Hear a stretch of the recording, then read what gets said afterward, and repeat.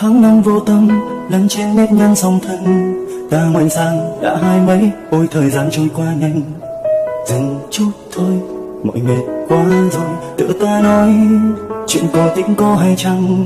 Trái tim ta mong manh luôn chất chứa bao cô đơn, mong được ai chạm tay tới cho lòng ta thêm ấm ơn. Còn ai nhớ chăng ngày hôm ấy ta sinh nhật, qua không lời thăm hỏi. Trưởng thành lớn lên bao nhiêu, cô đơn bất an bao nhiêu, nhiều khi mà ta thèm giây phút ngây thơ khi xưa vọng về. Lại đông rồi xuân làm ta muốn thắt ta khóc như vỡ òa, cứ lặng đi giả vờ bước tiếp hiên ngang. Trưởng thành lớn lên bao nhiêu, cô đơn bất an bao nhiêu, rằng con đường kia thật không dễ đi đâu ai sơn màu hồng. Làm sao mà ta còn đây ánh mắt vô tư như có nào mới nhìn ra đường phía trước không bình lặng.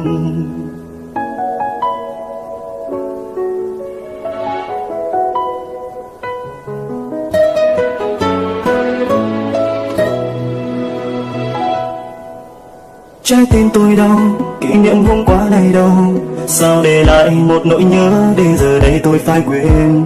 Càng lớn lên thì càng thấy đau, càng trưởng thành hơn thì càng thấy nỗi cô đơn. Nước mắt rơi theo mưa, nỗi buồn chôn sâu trong tim, phải làm sao để tôi thấy anh cầu vồng bay trước mưa.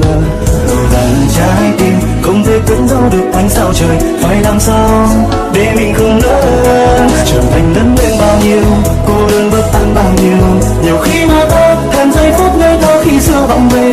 Lại đâu rồi xuân làm ta muốn thay to không như vỡ òa, cứ lặng đi ra vờ bước tiếp hiên ngang. Trưởng thành lớn lên bao nhiêu, cô đơn bất an bao nhiêu, rằng con đường kia thật không dễ đi đâu ai sang màu hồng. Làm sao mà ta cùng đây ánh mắt vô tư không lo nghĩ mới hiểu ra đường đời phía trước gian nan.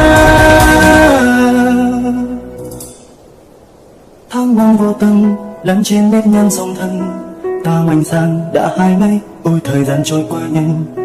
Dừng chút thôi, mỏi mệt quá rồi, biết ngày nào đôi tay làm nên ước mơ.